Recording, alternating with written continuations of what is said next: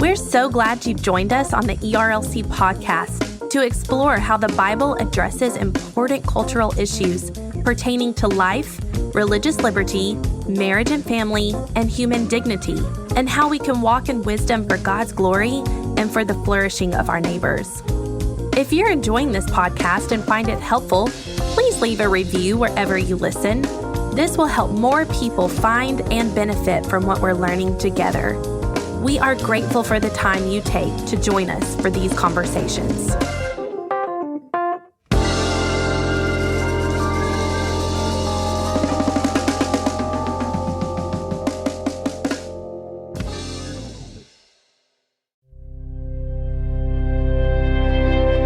The Bible tells us that those who are Christians have been adopted into the family of God.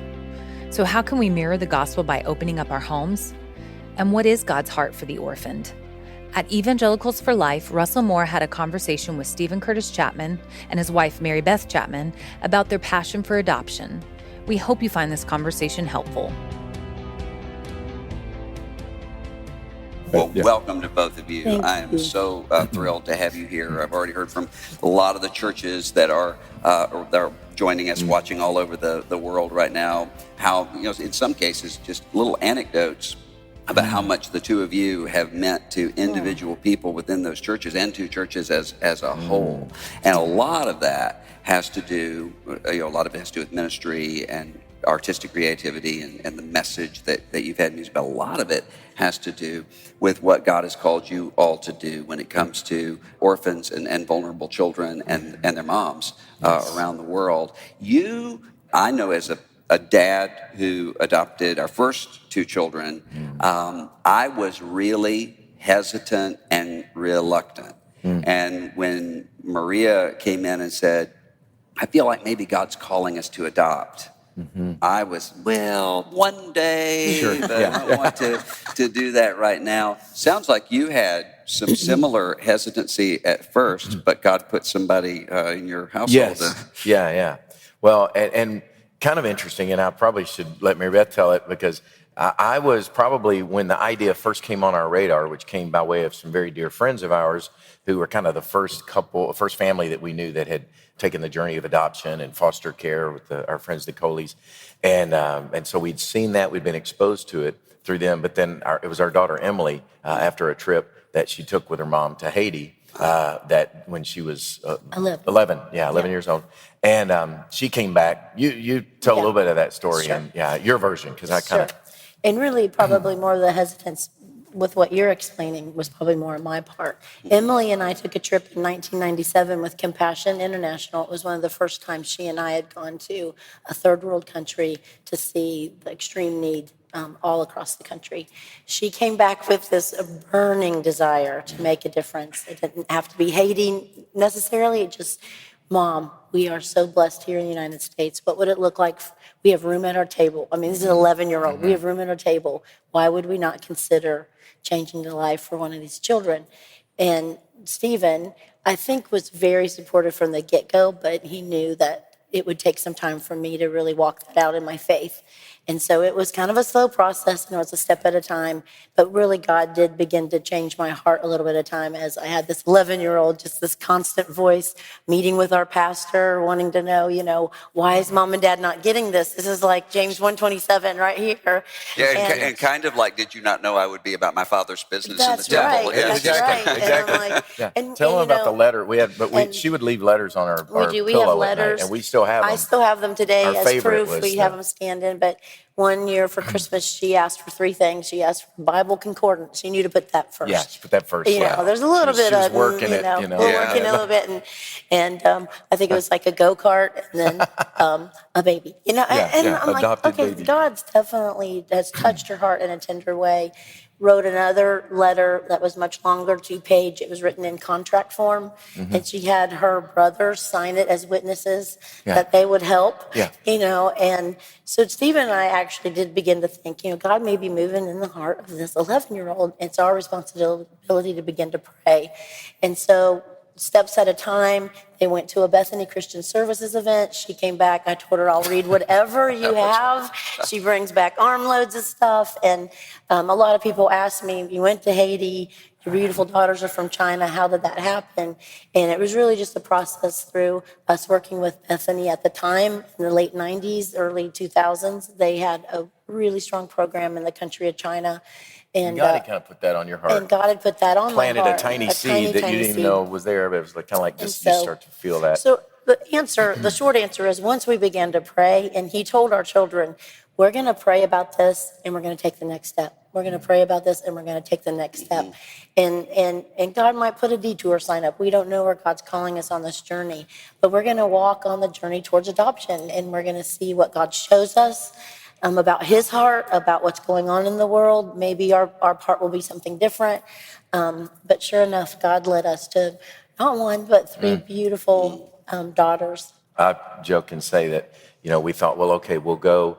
And really a lot because of Emily and her determination, like we're going to move in this direction, but we'll walk, to the doors as God opens them. But, we're pretty sure. And she was very sure that, with as busy as I was and traveling and saddling up my horses and diving in and all that business, and she's at home with three, I mentioned last night that we had sort of nicknamed Eeny, Meeny, Miny and said, we not having no mo. That was it. That's all we can handle. And that was like a joke, but she was like, I can't do any more than this. This is, so much but when we started taking that journey, and so many families tell this story, it's part of the beauty of just what God does and how he shows up. And when we get involved in his heart for children without families and just this whole issue that we're gathered around here, is that there's so much delight. And we learn so much about just even the winsomeness and the sense of humor that God has that we don't often think, especially when we get around these issues of God having a smile. It's more of a scowl. Right. But what we found out in our case, and over we hear the story, God, the laughter of God, the delight when we show up in these places, and that God is inviting us into that. Because for us, it was story after story, and I got to tell it in my book, and you told beautiful stories in your book of these almost hilarious where you go, there's no way this can be coincidence. And God's showing up in ways we never would have imagined. And I would say it's almost like, we would approach a door thinking, well, we'll kind of knock on it lightly, in case, that God doesn't hear and it won't open because, of the fear. And we would get within 10 feet and it was like all those doors, it was like Walmart doors, they'd swing open and a greeter would run out and grab us and say, come on in, we got a great sale. It was crazy just how those things would happen that led us to realize that God really was directing us, which would need that, I think, for God to make it that clear that this really is. Well, and the fear is perfectly reasonable. Sure. I spent the first part of kind of when God called us into this, spending a lot of time trying to persuade people to adopt. Right. God, you do this. Now I find myself doing as much persuading people not to. That's right. Yeah. To say, look, God's not called everybody to adoption. Right. And if you think this is easy, or if you think that this is somehow going to fix your marriage or whatever it is, then you're not. Right. That's not what the child is for. So there's really a hard thing that's worth it. That's right. We call it gloriously hard. Yeah, exactly. Yeah. So how did you all navigate that as the years were going through? I think when we adopted Shoei and she came home in 2000. You only know what you only know, right? So when you step into it, and I think God uses that too. I think there may be some of you in the audience today, when you stepped into adoption, you really felt like love is enough. And ultimately love is enough, right? But you think that that's going to go well. And then so we did that, right? We stepped in and we thought, they need a home. We can be that place where we tell them about Jesus, all those things that we kind of and we only knew what we only knew. Well, she's 19. So 19 years later, then as we walked our journey, this little thing called Show Hope kind of crept up, which maybe we'll talk about in a minute. But as we became educated and as we stepped through the journey of Show Hope and we began partnering with so many families, helping them adopt, it wasn't enough for us just to say, we're going to help you with your adoption, because these special circumstances with children from hard places, children that have indeed suffered some trauma, really need much more than that. And so you respond to the gospel accordingly. Then when God shows you this, it's like, okay, now how can we step into this? And so, it's a learning process. And I think God uses that. to call you into things, but then there's a response. And then there's a response to go. One of my many soapboxes when my voice can be loud is adoption is beautiful. But God hasn't called everybody to adopt, but he has called everybody to do something, That's right. some part of it. And that's one of the things that it seems to me Show Hope really showcases is the involving of everybody in this. What is Show Hope? Tell us for people who might not be familiar with the ministry. Okay, so Show Hope, when Steven and I got back from China with Joey, I remember standing on the plane with her. And again, as some of you know, I was the one that was reticent. I was so scared.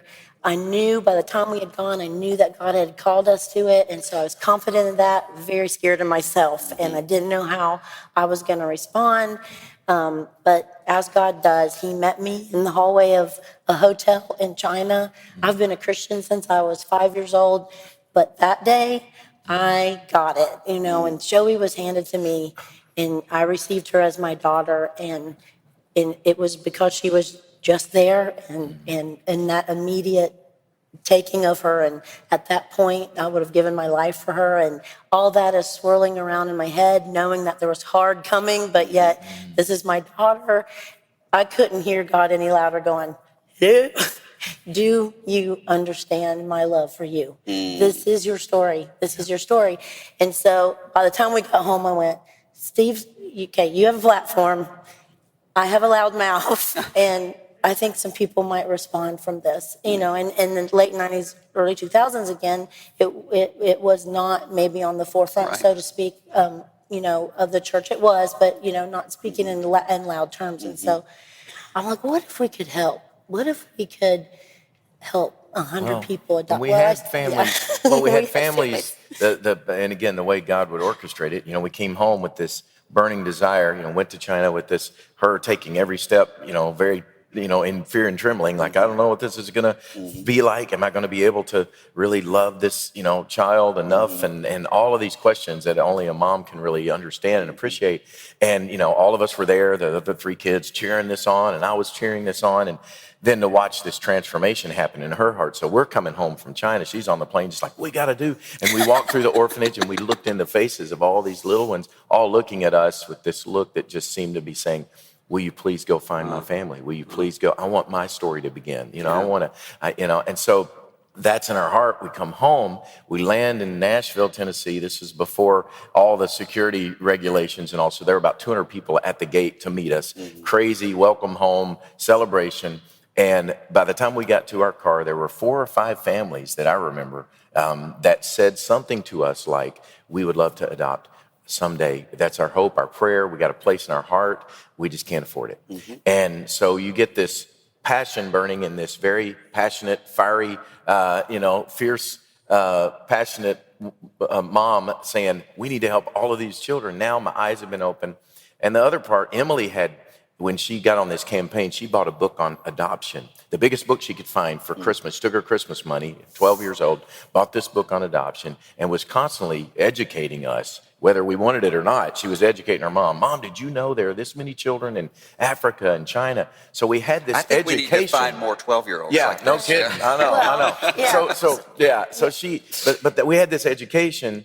And then you combine that with now there are these families coming saying, if we just had financial help, if we just had support, we would do this. Hopefully someday we can. Well, that was the birth of Show Hope, really right there in the airport. We thought we need to help these families. Yeah, so we thought if we could help 100 families, would that just not be a big old smile on God's face? So Show Hope was birthed out of wanting to help Christian families to care for orphans by engaging the church, reducing barrier to adoptions. That's our mission statement. So that's where it was born, helping families overcome some of the financial barriers and then partnering with them. Well, again, as you know, God doesn't stop there, and it's like, okay, some of these children come home with trauma, some of these children come home with needs. It's like, how do we now give a piece of education? In the meantime, our daughters are from China. I've always wanted to give back to the country that gave me my daughters. And so Show Hope works in 4 areas. We help families with adoption aid grants. We care for some beautiful children in China. You should come with me sometime and see them. They're the medically challenged the children from social welfare orphanages that more than likely would not live. We've been able to help these children, and many of them move on into adoption and become available to be adopted, and otherwise their story wouldn't have ended so well. So that's a beautiful piece of the story we get to do. So we get to care from kiddos in China. And then we have pre and post adoption support, because we were giving all these adoption aid grants, and then our phone was ringing going, we need help. We have challenges. What are we going to do? The church isn't talking about this part of it. And all of these things. And it's like, oh no, I don't want to go into the witness protection program because we're giving all these grants. They're coming and looking it's a for us. beautiful This is what you thing, said. This was a but good it's idea. like, oh no. But it's true, right? And so God brings you into something to really open your eyes and give you this passion. It's like, now how are you going to respond? So part of what we do is we have the Empowered to Connect conference, and we send professionals and caregivers and parents through TBRI training, and you can find all that out at showhope.org. But we really want to give resources to families who have said adoption is what God's called us to. It is hard. How can we get the help that we need? So we're trying to chip away at that. And then we have one small part of hope that's still left, and that's student initiatives, because it started in an 11-year-old's heart. And I believe that there are 11 and 12-year-olds that have a burning desire to make a difference. And unless we fan that flame, they are tomorrow's leaders. They are the ones that are knocking on the door right down the street in D.C. I have a 32-year-old that if she could drag me into every office of every congressman and senator, she would, if she could get to them, to change legislation and to hear our voice about what we love. And that is children and families, and in safe ways, ethical ways, with as much resources as possible. Because a lot of times, we're talking about what the Bible teaches about caring for orphans and widows. Sometimes you'll have that 19-year-old college student who would say, well, maybe that's something for me one day, but not now. Right. Or that 79-year-old widow who says, I can't adopt or foster, so that means that's not for me right now. But what Show Hope is saying is, no, all of us can be Everybody has a involved. place to play. Everybody has a part. And I've had so many, just like you have, so many people who would say our church is really supportive. They show up at the airport, they do all that, but they don't know how to help us. That's right. After. It begins to feel very lonely. And so if we can offer those resources, we partner with TCU, Texas Christian University, and Karen Purvis. I'm sure many of you in this room know her name. A wonderful believer who spent her life studying attachment parenting and trauma competent counseling.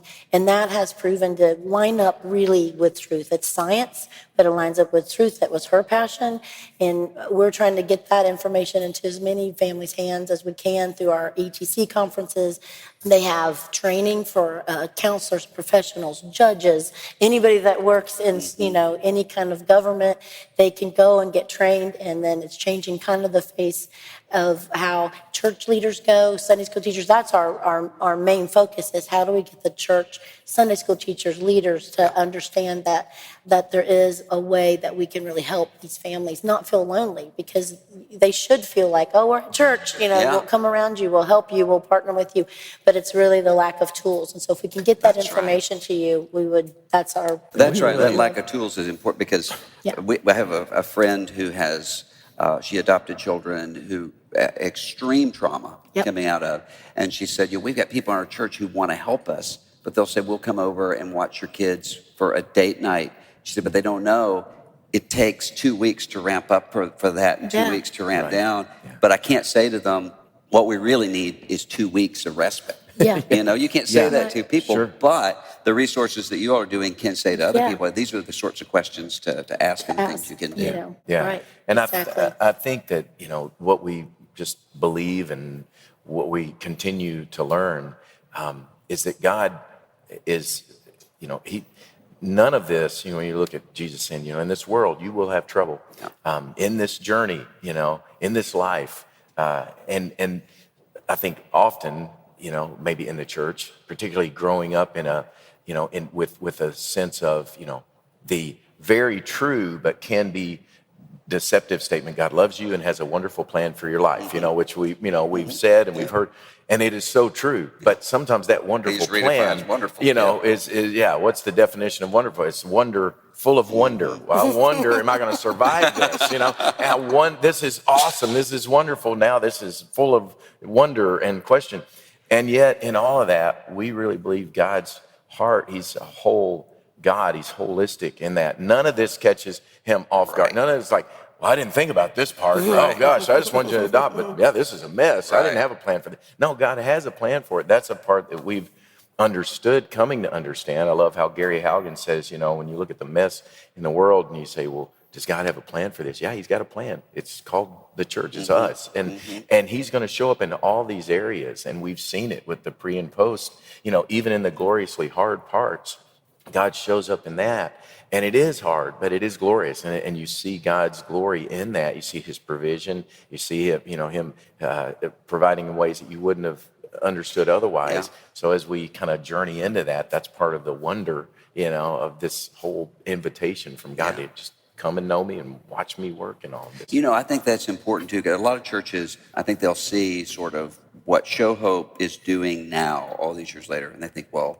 if we start getting involved, we might make some mistakes and do some stupid things. And I think you would probably agree with me. I encourage churches all the time, this isn't good. It doesn't have to be perfect when you start out. You're going to make some mistakes and say, well, that's not the way to go. Let's redirect and do it. Yeah. Have you all learned that over the years, that say, well, sometimes you try to go one way, but you say, no, we actually see God's leading us this way, and that's okay. Yeah. Sure. Oh, yeah. The missteps sometimes are as important as, because I love we are built on the foundation, our family, our life, my music and ministry, our marriage, certainly Show Hope on, we make our plans, God directs our steps, and the scripture, because that's so true. I mean, sometimes we make our plans, and if we listen real closely, we hear God chuckling like, right? Yeah. I've got a whole different, but we still make our plans and we start moving. And I love that verse that says, when you turn to the left or right, you're going to hear a voice saying, this is the way, walk in it. Right. What I've kind of learned from that as we've been on this journey is there's implied movement even in that verse. Often I want to sit still and go, okay, God, do I go left or right? What do I do? Yeah. But that verse implies that when you turn to the left or right, then you're going to hear the verse. You're moving, and it's like you go left, and then as you go, okay, now let's go right. And that's part of the journey of God directing our steps, I think. And obviously, God, I call that the swirling vortex of Chapman. It's like, how did I get here? It's like our family. It's like this swirling vortex that never ends. And God does direct it. And even in as hard as it is to sit here and say, many of you know, in 2008, when our sweet Maria went to be with Jesus, obviously, you talk about mad, angry, shaking my fist, mad at God, going, okay, there was a plan all along for our family to step into this realm of adoption. And, my own struggle of, and I feel like I was obedient, and I heard you whispering about this thing that would eventually become Show Hope and helping kids, and I'm doing the right thing. And I thought as long as I was doing the right thing, nothing bad would come, and all this stuff. And in the midst of even losing Maria, as hard as it is, and when I get to go to China and look into the faces of the children we get to help, and there's still those times when I go, I just give it all back to just have Maria. I thought I heard you say, bring her home and, let her be your daughter, which we did hear that, right? And sometimes when the plans don't go the way you really thought they were going to go, and you feel like you didn't hear God. It's been almost 11 years, and I can sit here and say, I know we heard God, and it's still really, really hard, but we're still going to continue to take steps and just honor the past and honor the hard. It's still one of those things, though, that even as like your church, the churches may say, well, we want to do this, but what if we go the wrong direction? God uses all of that, and you won't see until eternity. I'm desperately waiting. I hope it comes quickly, because I want to see that part of it. It's like, why? Why did that have to be part of it? And then just trusting in the process that, God's going to carry us through. Were there things when you all went through that dark time, you lost your daughter, were there things that the church did, that people did, that you would say, these were evidences of God's grace? So sometimes you have people who say, how do I minister to people when they're going through dark times? Is there a word of said, these are some things that sometimes I think it's those little things that people don't do because they don't think they're enough. I mean, quite frankly, I don't remember about 2 or 3 years of my life. So I know, though, that in looking back and seeing the notes and hearing stories now, that so many people showed up in ways that, we would have not survived had it not been for our local body of believers, the people that were the closest to us. And honestly, the people that would just sit there and not have a single thing to say because they didn't know what to say, but they just were there. And I think that was what was important. But even in our dark place, God had already paved a way. Stephen's lifelong road manager, David Trask, who traveled with Stephen at that point 20 years or so, when he was 17 years old, the same situation happened with him, and he was the first one up our driveway to hold my son. And so God already knew. God already had people in place. Now, I would love to push rewind and not have any of that happen. I would love for the story to not be that, but I cannot sit here and not say that God held us every step of the way. God has held and continues to hold our son. I wish he could be here. He is a warrior, and God has redeemed and brought the most beautiful. I call her an angel because she might be, I don't know, that has married her son. They have a beautiful little girl, and God just, Will Franklin's been able to share his story with people that may never, ever have gotten to hear the beautiful love of Jesus. Yeah. So, I think that you said, you were just said it, and people that have been and continue to be. And I think that, the first thought when you asked that question, and you even said, and this is it is a natural, you talk about when you went through that dark time, relationship, and the journeying on this journey together, doing what we're even doing here, gathering, and this is why we're so grateful to you and the work that you're doing to lock arms and put arms around each other and say, let's come together as a community. Let's remember that we are in this journey together, that we are on this adventure together, and we need each other.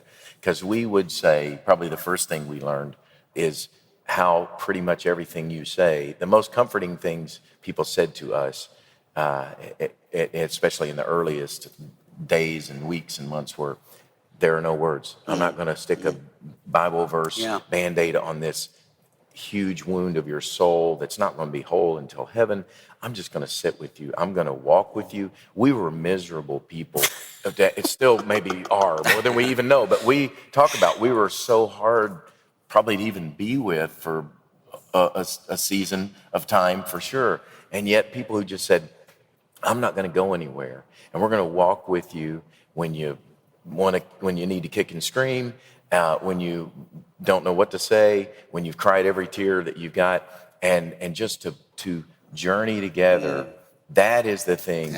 So important. We get often called when there is a tragedy that's similar to ours, and it's one of the griefs that we carry with us. It's one of the weights that often people will reach out and will say, it's as if we would have the answers that someone else might not, because we walk through. And the only answer we can ever really even give people as they're walking through it is just lean into the people that are that you've journeyed with for years, the friends, the people that God's put in your community, because you're going to need them more than you can even imagine. So just continuing to show up, even almost 11 years later now, still we need those people desperately. And as with so many other things, sounds like the people who feel the most ill-equipped to help are actually the ones God is using. Now, in the years since, you did not just show hope, but also Maria's Big House of Hope. Tell us what that is. So Maria's Big House of Hope is our flagship care center in China. We have 5 care centers in China, and Maria's, I wish I had a picture to show you, but Maria's is a freestanding building. And y'all, it's so awesome because they accidentally painted it bright blue with white clouds all over it. You ask me, how did someone accidentally do that?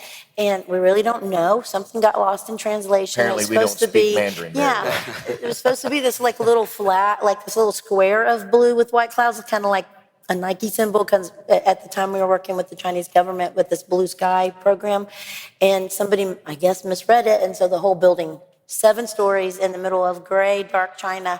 It looks like Toy Story. It does. It looks like it looks like a playground. When you drive up. I promise you, our Maria had something to do with it. Like, cross that line out, and they'll paint the whole building out. And it's got her little flower. Maria left us a flower the day that she passed away, and so my brother went over there on bamboo scaffolding, painted flowers all over it. But it has cared for over 2,500 Chinese orphans that otherwise they've been brought there because they have many would not have survived. We can't track them all into homes because we really have to have people find us, say, hey, I think our child might have been cared for at Mary's Big House. But we know of almost 800 of them that have moved on into adoption. And these are lives that would not have been, lived. And so we're really grateful we have the opportunity to serve the Chinese people. We employ over 400 Chinese IEs, which are nannies. In China, we're not allowed to tell people about Jesus, but we can certainly show them by the way that we love. And so there's much more than caring for orphans there. And so we have that, plus we have the 4 other care centers that are actually operating inside the Social Welfare Institute. So we operate legally in China, which a lot of organizations can't say that. We have a partner, New Hope Foundation, that we work with, and they're recognized in the country of China. So we get to do everything we do, kind of out in the open, and they know who we are. As long as this guy can sing some John Denver and the Carpenters, we're all good. They Turns out they love John Denver. Johnny That's Cash, right. And all throw in a that. Johnny Cash. That's right. And so, but we have been so privileged to get to care for those kids. And earlier when I was talking about our adoption aid, I think some people, the misconception with Show Hope is that we only help people adopt from China. We're not an adoption agency. We just help facilitate grants. And so earlier I had alluded that if we had helped 100 children come home through adoption aid grants, we would have considered ourselves successful. But God has so much of a bigger plan. And today it's been over 6,200 families that have been helped. And those children represent from 60 countries. So all over the world. And I think there's some communication that goes on around orphans, and we believe that children definitely belong with their birth family. Obviously, children belong with their birth family. And if that can't happen, going to next of kin and all of these things. Yeah. But if there are going to be a true orphan, double orphan, whatever the official title of that's some 15 million kids worldwide. Yeah.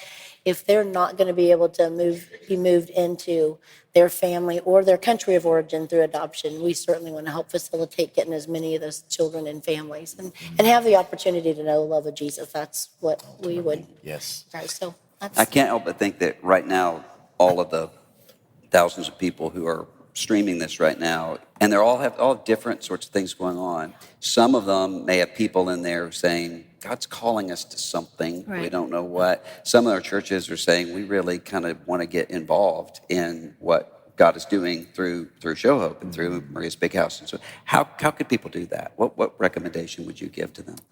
Well, obviously our website. Yeah, our website is showhope.org. We also do trips. Like if you can go on a mission trip with us to see the work at Maria's Big House.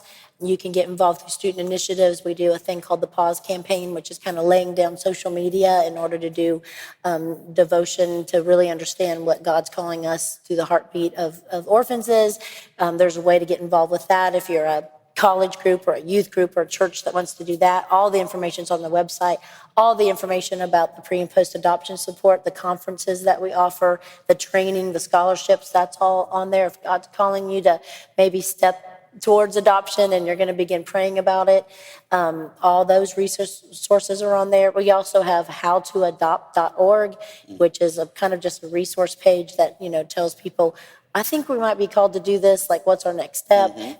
We have a pretty full web page that can kind of get you to that. And that's good because people can sort of check that out when they're early in the process. They don't really want to commit to something, but they can check that out. And that's what we always tell people. It's like, that's what we did. It's like, okay, we're going to take a step and then we're going to pray and then we're going to take a step and we're going to pray and then see where God leads you. Yeah. What would you say to somebody who's in the process right now? They've adopted or they're foster, or they're doing ministry, and they're exhausted. Would you have a final word of encouragement to them when they're just I love that you said that, because it was just as we were getting ready to walk out here. It's so interesting because I was talking to someone who is just fresh in the adoption process, but they're 2 years in, but they're just about to get their child home, and they're so excited. And I said, man, it's so good to just talk with you. It's so good to be here, to be a part of this conference for us, because we've been on this journey. Now, Shoei is 19. It was 2000 when we brought her home. So we're coming up on 19 years ago in March when we first met Shohana, our daughter. And so we've been on this journey for a while. And there's that amazing verse that, encourages us to not grow weary in well-doing, and doing the things that God's called us to. And, how do we do that? We do that, again, through relationship, through looking around and going, yes, we're not alone. And certainly looking at God's word and his promises, and knowing that the story is not over. We are part of a story, an epic story that God's telling. And that's the part for families that are struggling with kids and that they brought home and thinking, I don't know if we're going to survive these children, or if they're going to survive us. For people that are 3, 4, 5 years sometimes into the adoption process, our encouragement would just be, because it's our own experience, is just believing that God is telling an amazing story and trusting him. The story is far from over, even if it looks like this is disaster or this is never gonna, we're never gonna survive this. Believe in knowing his promises are true, that he is gonna finish what he started, that he does know the plans that he has for us, and they're to give us a hope and a future. He's accomplishing that, right at this moment, no matter what the circumstances might feel like. Just encourage each other with that. Yeah, I think we live in a culture where, we're all looking at our Instagram, we're all looking at Facebook, and everybody posts the pictures of everything that goes well. Yeah. Like if we took 24 hours and posted the pictures of everything that was going wrong, we may not have a social media addiction. Because we're like, I don't want to do that. But we all have that fear of missing out. Last night, I was laying in the hotel bed trying to fix my voice, and I'm like, I want to be over there. I was like, fear of missing out, see the picture. And but I think we have to remember that we live in a culture where we want everything to go well. It's like the best cup of coffee, or the best artwork my child's done, and I sometimes look at the pictures and go, I wonder what that really, what the mess was that really got them to that place. We need to be honest. We need to really tell honest stories and tell people how hard it is, and go, this isn't like I'm making it look for the world to see. And it's really hard and it's really difficult not to be embarrassed that there is problems with, you need help, you need counseling, you need these things. I only kind of know how to be honest. Sometimes it gets me in trouble. But when you ask that advice, the first thing I thought, what would you say to people? The first thing I thought was, his dad used to say it all the time. It's a Paducah phrase, grab a root and growl. That's what I wanted to tell you. I was like, that's what people have to do. It's just like they have, but it's it. It sums up, it's like you have to just, if this is what God's called you to, it might not be what we can make it look very easily in pictures. It's it's been a hard journey for us, not just losing our daughter, but the issues and the things that come up. And we have to be able to talk honestly about them. And then at the end of the day, we also have to go, eternity's coming, and this is what God's given us, and we're going to do this. Like I might strangle you, but we're going to get there.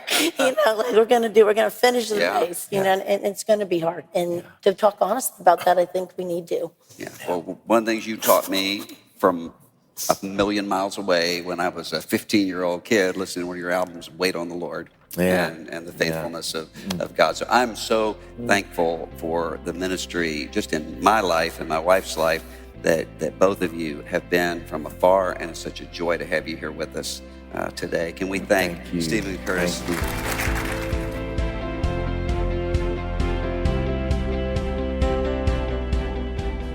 Thanks for listening to the ERLC podcast. If you found this episode helpful, be sure to share it with others. And don't forget to join us next week as we listen to a talk on the future of Christian ministry.